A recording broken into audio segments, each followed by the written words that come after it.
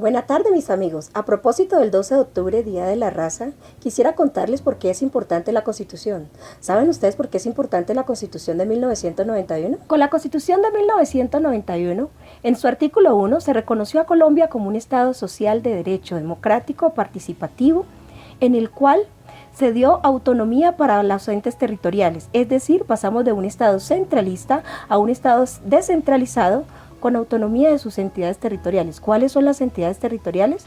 Las gobernaciones, las alcaldías, y de acuerdo a lo estipulado en la Constitución también entrarían a ser los resguardos, aunque a este se les dio fue la condición de jurisdicciones especiales. 2. A través del artículo 2 de la Constitución se estableció el derecho a la participación organizada de los individuos. En ese orden de ideas se establece el derecho al plebiscito, la tutela, la acción popular y todos los mecanismos de participación ciudadana de manera organizada.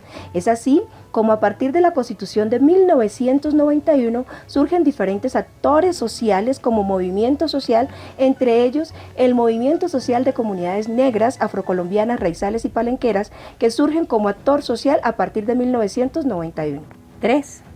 Con la Constitución de 1991, en el artículo 7, se describe a Colombia como un Estado diverso, pluriétnico, multicultural, y en ese orden de ideas aparecemos los negros, afrocolombianos, raizales y palenqueros, las comunidades indígenas, por primera vez a nivel normativo como reconocidos como parte de la nación. Recordemos que antes de la Constitución de 1991 tuvimos una Constitución que nos duró aproximadamente más de un siglo, y fue la Constitución de 1886, que fue el proyecto de nación mestiza escrita por 18 intelectuales bogotanos elegidos por Rafael Núñez, los cuales consideraron que Colombia no era más allá de lo que podríamos decir, hipotéticamente hablando, Bogotá, Cali, Medellín. Y recuerden ustedes que los indígenas son de la montaña, y los negros, afrocolombianos, raizales y palenqueros provenimos de los ríos, de las cuencas, de la ribera de los ríos. Y por lo tanto, solo hasta 1991 se nos reconoce el derecho a ser parte integral del territorio. Eso fue una apuesta maravillosa. En tanto, a partir de este concepto hablamos de enfoque diferencial. Y reconocemos que Colombia es triétnica. Y en ese orden de ideas, todos somos parte de la nación y tenemos sangre española, indígena y negra africana. Todos hemos construido un país y hemos hecho aportes muy importantes. Lo que pasa es que a algunos se les hace más notorios que a otros, porque no podemos olvidar un tema muy fundamental. Y es que los negros, los indígenas y los criollos, todos fuimos víctimas de la discriminación. Pero hablamos de la discriminación para los criollos, de la doble discriminación para los indígenas, de la triple discriminación para las comunidades negras, afrocolombianas, raizales y palenqueras. ¿Cómo así? Claro, discriminación para los criollos, porque a partir del descubrimiento de América, recuerden ustedes que en Colombia los españoles estuvieron mucho tiempo sin mujer. Entonces tomaron a esclavas negras e indígenas y tuvieron sus hijos, que fueron mestizos. Estos no podían acceder al poder porque no eran de raza pura. Y ninguno de los hijos de los españoles, aunque eran hijos de españoles, si nacían en América se consideraban una raza inferior. Razón por la cual, en 1810, con el incidente de Florero de Llorente, los criollos lo que pretendieron fue acceder al poder que les era negado mientras estuviera la corona española reinando y gobernando nuestra nación. Por otro lado, nos encontramos con las comunidades indígenas, que no solamente fueron despojadas de su territorio, sino que fueron esclavizadas en el mismo. Por eso hablamos de la doble discriminación.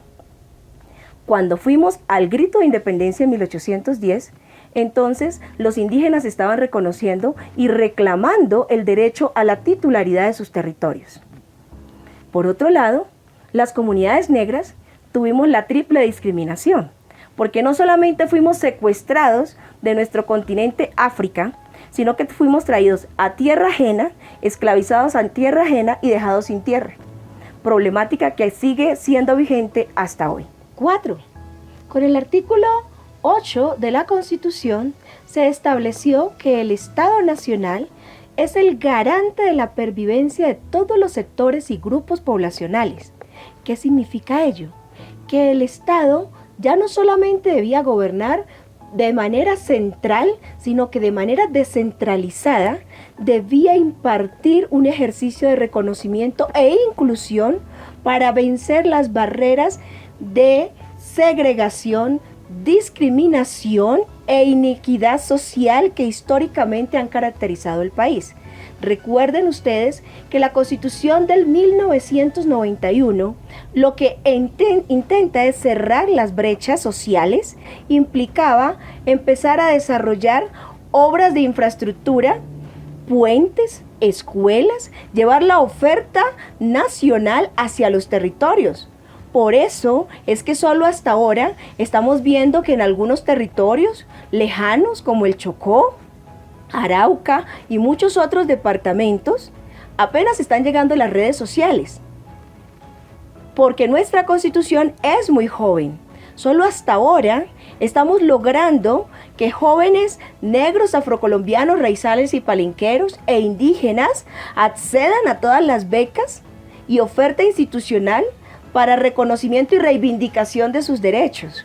No se trata de que unos sean más importantes que otros, sino que efectivamente el enfoque diferencial nace en el marco del entendido que es necesario cerrar las brechas sociales.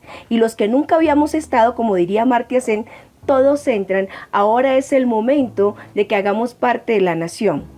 Nos hicimos visibles porque antes de 1991 éramos invisibles. Esto no significa que en Colombia las personas que no son negras, que no son indígenas, no tengan derecho. Todos tenemos derecho a acceder a lo mismo y a la oferta institucional. Solo que Colombia es un país que nació con roles sociales asignados por colores de piel y no por clase social. Claridad que es verbigracia importante hacer. El negro era el del trabajo duro, el indígena el artesano, el criollo era el médico, el que accedía al cargo importante. Con la Constitución de 1991 se establece que en el marco de la equidad social, todos tenemos derecho a acceder al derecho al territorio. Por eso nacen los resguardos indígenas. Y en el marco del transitorio 55, se le dio 2 años al gobierno nacional que estableciera una ley que favoreciera el establecimiento de los derechos para las comunidades negras, razón por la cual para nosotros como negros, afrocolombianos, raizales y palenqueros es muy importante la Ley 70 de 1993, con la cual se nos reconoció el derecho a la posesión del territorio. Aún existen muchas brechas respecto al uso y propiedad del mismo que tenemos que aclarar, pero el solo hecho de que se nos garantice la pervivencia como grupo colectivo y el reconocimiento de nuestra identidad étnica cultural y el aporte que le hemos hecho a este país, reconociendo que somos más que tambor y currulao, y se nos permita hoy contar la historia desde nuestra propia experiencia, es un avance histórico. Tenemos que seguir en esa lucha.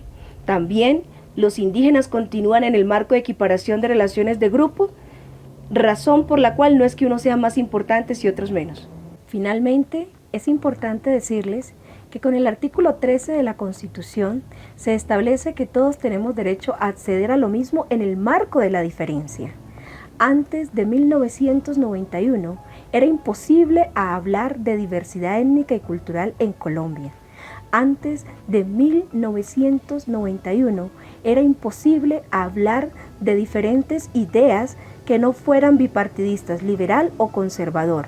La Constitución de 1991 abrió el espacio para que surgieran nuevos partidos políticos, para que entraran a ser reconocidos nuevos movimientos religiosos, para que se respetara el derecho a la autodeterminación y a la diferencia desde incluso los liderazgos religiosos. Antes de la Constitución de 1991 era peligroso decirse que era de una religión distinta a la católica. Hoy, con la Constitución de 1991, existe el derecho a la libertad religiosa. Más allá de esto, también existe en el artículo 15 y 16 el libre desarrollo de la personalidad. Hablar del libre desarrollo de la personalidad es que todo individuo, independientemente de su orientación sexual diversa, independientemente de su origen étnico, racial, de su condición de discapacidad, de su ideología o creencia religiosa, y diferentes condiciones o formas de comportamiento o de asociación, tiene derecho a la vida y una vida digna, al derecho integral, vida, libertad, seguridad, entre otros como el derecho a la educación, la vivienda, el territorio, a la libre expresión y la libre circulación. Podría decirles muchísimas otras cosas más. No me despido sin antes describir el bloque de constitucionalidad, que son los artículos 93, 94 y 214 de la Constitución, que de acuerdo con el Estatuto de Roma establecen que prevalecen en el orden interno los derechos humanos. Muchas gracias por observar este video, espero haya sido de su agrado y gusto. Les deseo un feliz Día de la Raza, que se la gocen este 12 de octubre. Y de igual manera les invito para que sigan consultando mis redes sociales, Facebook, Instagram, Twitter y mi página de Facebook, además de mi número telefónico que aparece en la descripción de este video. De igual manera, les invito para que consulten las redes sociales del editor de este video, Andrés Zapata, en las cuales se encuentran escritas en mi canal de YouTube. Muchísimas gracias, feliz noche.